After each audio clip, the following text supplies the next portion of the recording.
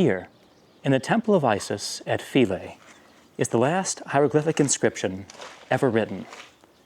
It reads, "Before Mandulus, son of Horus, by the hand of Nesmeterachem, son of Nesmeter, the second priest of Isis, for all time and eternity. Words spoken by Mandulus, lord of the Abaton, great god." The demotic panel beneath gives the date, the birthday of Osiris, his dedication feast, year 110. By our reckoning, August 24th, AD 394.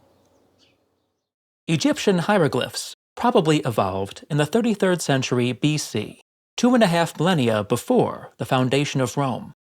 They survived until the final decades of the Western Roman Empire. Of the writing systems in use today, only Chinese characters approach the longevity of Egyptian hieroglyphs. Our own alphabet falls 1,000 years short.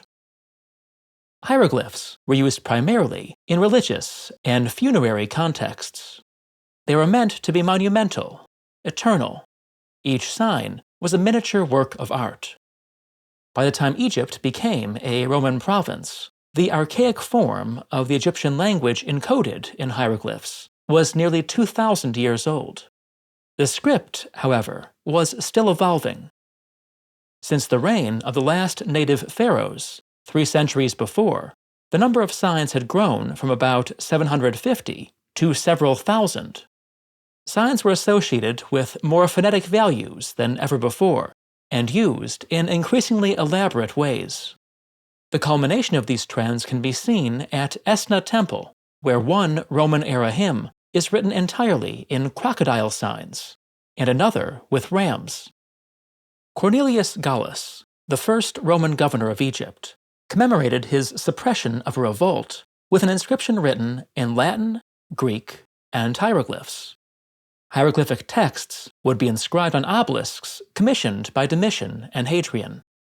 During the reign of Trajan, there were no fewer than 5 professional hieroglyph cutters working in the town of Oxyrhynchus. It was the temples, however, that contained the majority of Roman Egypt's hieroglyphic texts.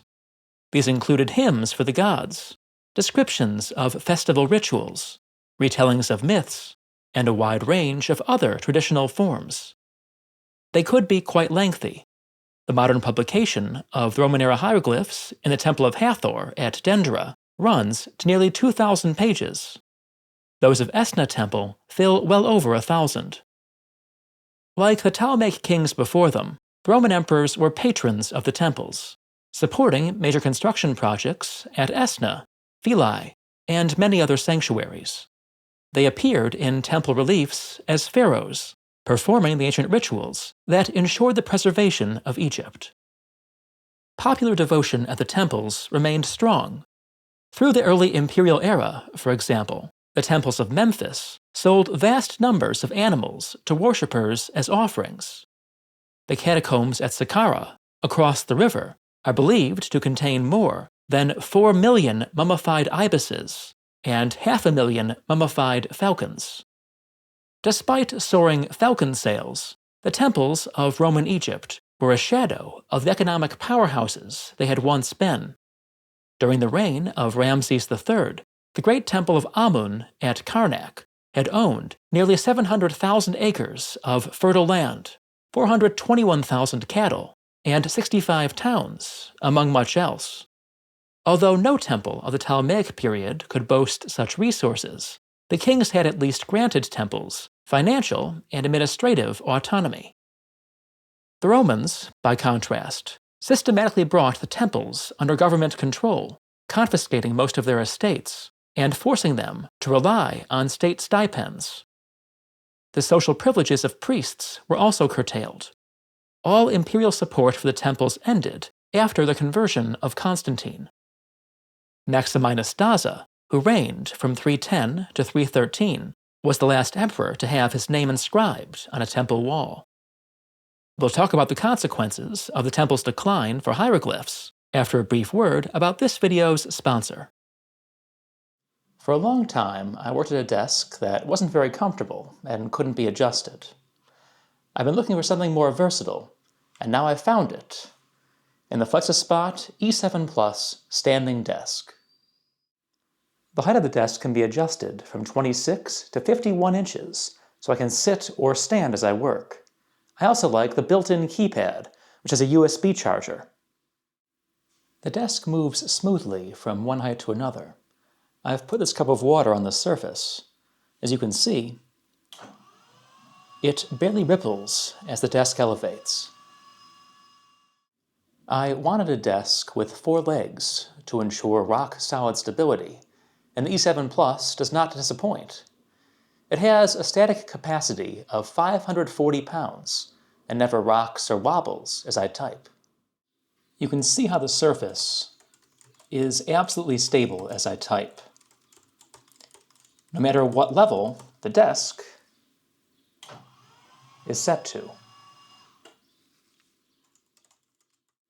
Don't miss this chance to upgrade to a FlexiSpot E7 Plus 4-leg standing desk. Follow the link in the description and use my code at checkout to save $50. Returning to our topic. The temples declined rapidly over the course of the 3rd and 4th centuries. Luxor Temple was converted into a legionary fort during the reign of Diocletian. Around the same time, a village, complete with a church, grew up inside the mortuary temple of Ramses III. The decay of the temples dealt a fatal blow to hieroglyphs. Even in the Pharaonic period, less than 1% of the population had been able to read and write them. This tiny minority had always been concentrated in the temples, where the script was taught. After Greek replaced Egyptian as the administrative language, only priests had any incentive to learn the ancient signs, and now the priests were disappearing. Experts in hieroglyphs were already becoming difficult to find during the early imperial era. The hieroglyphs on a 2nd century obelisk, now in the Florence Archaeological Museum, for example, are little more than a random assortment of signs. The so-called Bembine tablet, probably made for a temple of Isis in Rome, was decorated with symbols only distantly related to hieroglyphs. Not that any Roman could tell. Many Romans were intrigued by hieroglyphs. An ostracon found at Medinet Madi seems to describe Hadrian questioning Egyptian priests about the meanings of signs.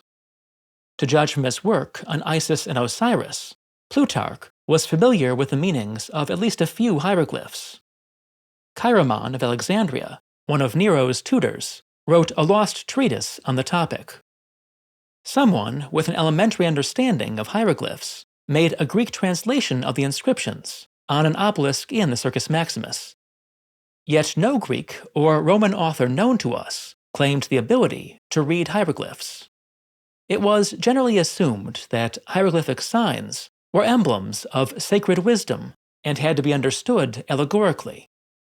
There were Greek-speaking priests in Egypt who could have corrected this error, and Egyptian teaching manuals that could have been translated, but these opportunities were missed. The only Egyptian work on hieroglyphs that was translated into a classical language was written too late. Hieroglyphica, attributed to a priest named Horapollo, probably dates to the mid-5th century.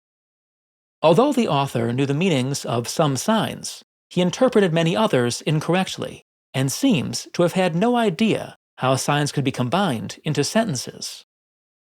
By the time Horapollo wrote, there was probably no one in Egypt who knew much more about hieroglyphs. The only temples still officially in operation were at Philae, left open to appease the pagan tribes of the southern desert. Soon, these too would close. Sometime in late antiquity, the image of the god next to the last hieroglyphic inscription at Philae was defaced, but the hieroglyphs themselves, mysterious or simply powerless, were left alone. Don't leave me alone this October on my tour of Greece. We won't see hieroglyphs, but we will visit Athens, Sparta, and some of the most spectacular ruins in existence. Check out the link in the description to learn more. Speaking of more, how about additional content from your favorite historical creator? Look no further than the Told in Stone Patreon, also linked below. Feel free, finally, to check out my other channels, Told in Stone Footnotes and Scenic Routes to the Past. Thanks for watching.